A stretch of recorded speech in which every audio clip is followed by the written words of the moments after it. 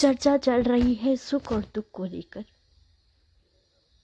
पुष्पा जी पूछ रहे थे कि दुख में व्यक्ति हेल्पलेस और होपलेस क्यों हो जाता है।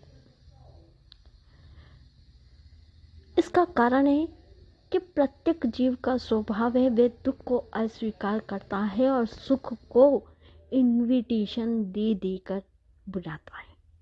सुख को बुलाने और दुख को भगाने के हजार हथकंडे व्यक्ति अपनाता है, मगर दोनों में से जो भी उसकी झोली में आता है वह कभी न कभी ज्ञात अज्ञात निमंत्रण दिए जाने पर ही आता है।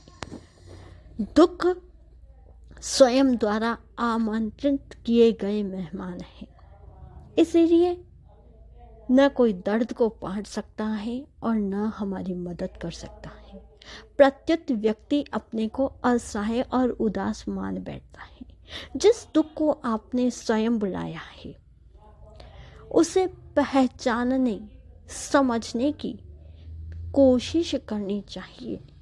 दुखी होने पर व्यक्ति के पास दो ऑप्शन होते हैं, एक है बहिर्मुखता और दूसरा है अंतर्मुखता का।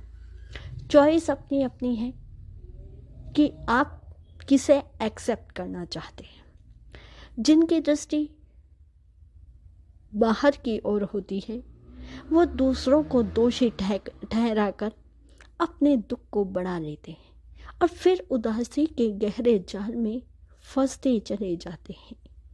जबकि अंतर्मुखी प्रवृत्ति का व्यक्ति दूसरों को निर्दोष मानता हुआ स्वकर्म को समझकर दुखों को दूर करने का, दुखों का अंत करने का प्रयत्न करता है। बहिर्मुखी वृत्ति वाले दुख को जानना नहीं चाहते, उसे दूर भगाने का प्रयत्न करते हैं। दुख को भूलना चाहते हैं, दुख मिटाना नहीं चाहते।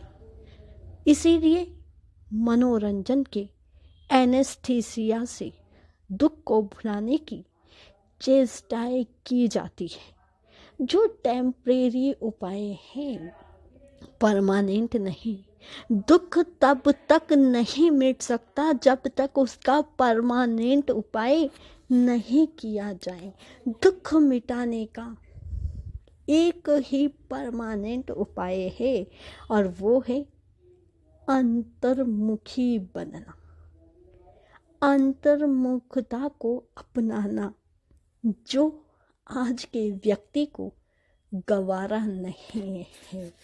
हम चाहते हैं कि हमें ये दुख मिले ही नहीं, दुख को हम इनविटेशन दे ही नहीं, लेकिन फिर भी ये क्यों चले आते हैं?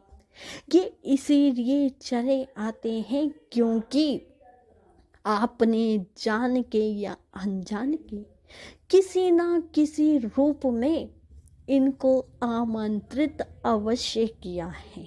और जब तक आप बहिर्मुखता को छोड़कर अंतर्मुखी नहीं बनेंगे तब तक आप उदासी के गहरे जाल से बाहर नहीं निकल सकते।